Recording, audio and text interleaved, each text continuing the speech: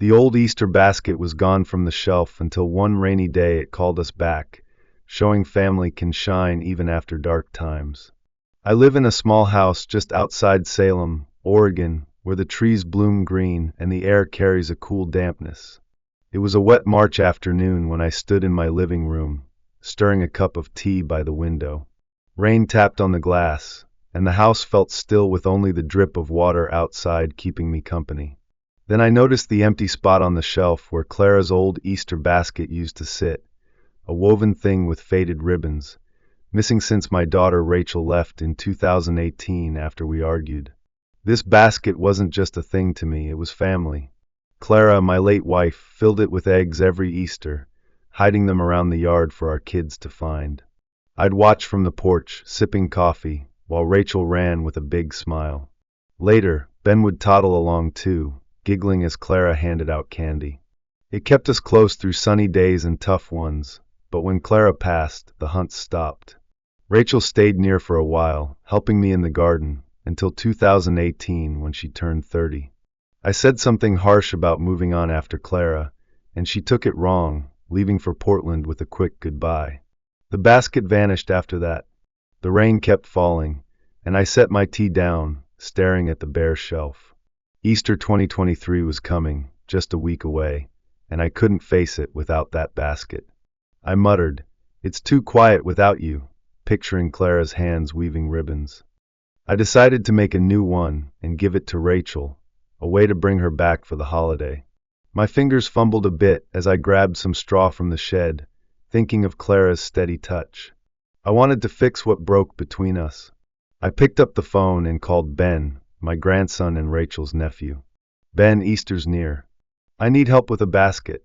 He answered fast, "Sure, Grandpa. I'm coming over." Then I dialed Rachel in Portland. "Rachel, Easter's coming. I'm making a basket.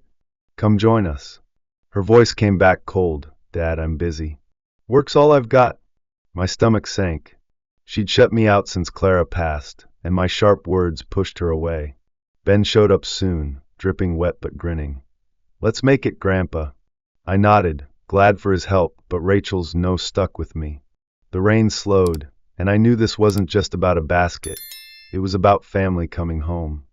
The Salem sun peeked through clouds that March morning, shining through my kitchen window as I sat at the table, holding a pile of straw for the new basket. Ben worked beside me, twisting sticks into shape, his grin wide as he hummed. This kitchen held years of Easter fun. Clara used to set the basket on the counter, filling it with painted eggs while she told stories about growing up in Oregon. I'd sip tea and listen, and Rachel would color eggs nearby. Later, when Ben came along, he'd chase after them in the yard, laughing as Clara hid more. Those days kept us tight, but 2018 changed it all. Rachel and I fought after I said something dumb about letting Clara go, and she left for Portland, thinking I blamed her for Clara's passing. Now, with Easter 2023 a week away, I twisted the straw, remembering Clara's words. For Jack, my pride. It hit me deep. She saw his worth, even when I didn't. I wanted him back, and this basket could be the way. Ben looked up. "It's almost done, Grandpa." I nodded. "Good job. Jack needs it." We wove the sides and added ribbons, but my mind stayed on her. 2018, her quiet goodbye, believing she'd let me down somehow. I grabbed my phone and called Rachel. "It's ready," I said. "Come for Easter." Her Portland voice came back flat. "Dad, I'm busy. Work's my life." My chest sank. She'd pulled away since Clara passed, and my harsh words made it worse. Ben asked, "She'll come, right?" I shrugged, "Maybe. We'll take it to her." He frowned. She said no. "Why push?" I lifted the basket. "Family's worth it." Clara'd say so. We kept weaving. The ribbons hung bright, and I thought of Clara's hands, gentle and sure, guiding us even now. The day stayed calm, and I packed the basket in my truck, telling Ben, "Portland's not far. Let's go." He grabbed his coat. "Grandpa, you're fixed on this." I smiled, "Have to be. Rachel's ours." The kitchen fell silent, Clara's laughter in my head, and I knew this wasn't just about a basket. It was about bringing us back together, one egg at a time. The Portland street hummed with morning noise that damp March day as I stepped out of my truck, holding the new Easter basket tight in my hands. Easter 2023 was just days away, and I had driven from Salem with Ben, my grandson, to see Rachel, my daughter. The bakery where she worked sat on a busy corner with warm bread smells drifting out through open windows. I walked up slowly, my cane tapping the wet pavement, heart beating fast with hope and worry. I pushed open the door. The bell jingled above me. I stood there, waiting for her to look up from behind the counter, surrounded by loaves and rolls. Rachel glanced over, tall and slim, her hair pulled back and eyes sharp in her apron. She frowned when she saw me and said, "Dad, what's this? You brought a basket here."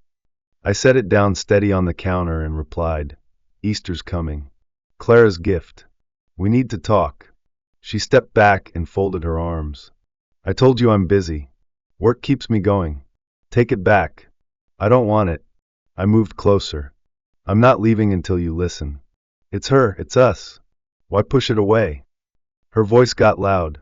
"Push. You're stirring up the past. In 2018, you said I let her down. I left because I couldn't face that."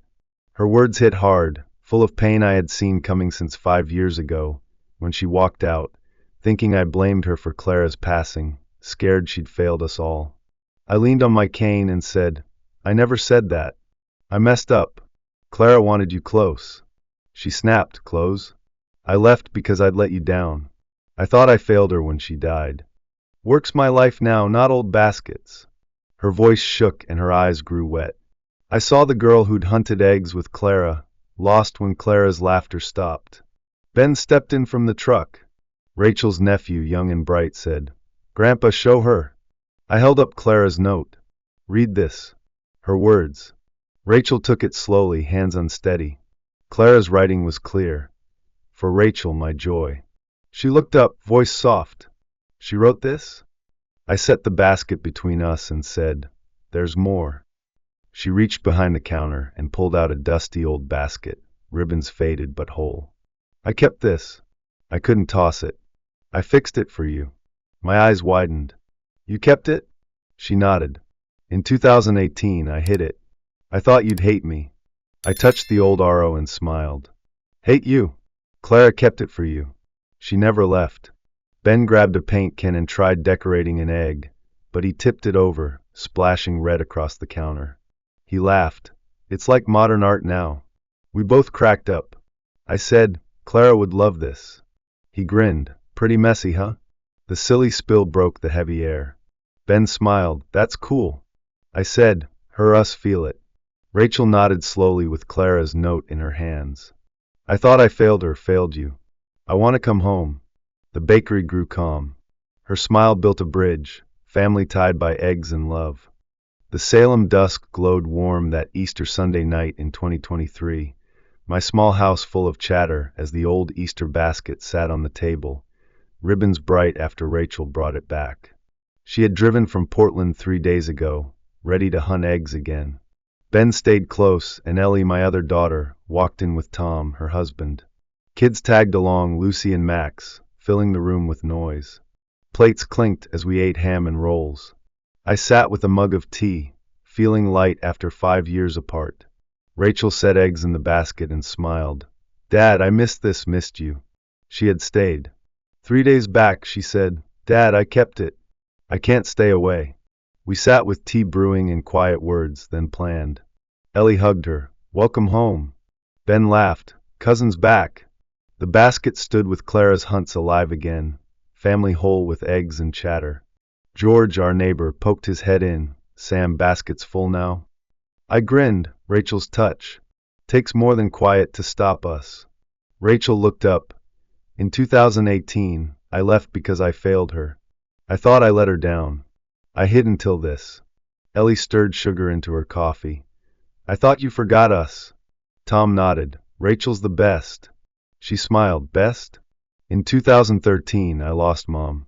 I thought I'd let you down. I hid until this." I chuckled. "Let us down? We're tougher than that." Ben laughed. Clara raced with Max in the yard. Rachel grinned. "She'd love this, me here." The house buzzed. George told tales, Tom cut bread, kids giggled. I leaned back, happy with our loud, strong family. Easter felt full, roots deep through the years. Later, alone, I stood by it. The basket felt warm. Rachel said, I hid until this. Clara's laugh rang in my head, a gap fixed by eggs, family steady, love and hunt's all we need.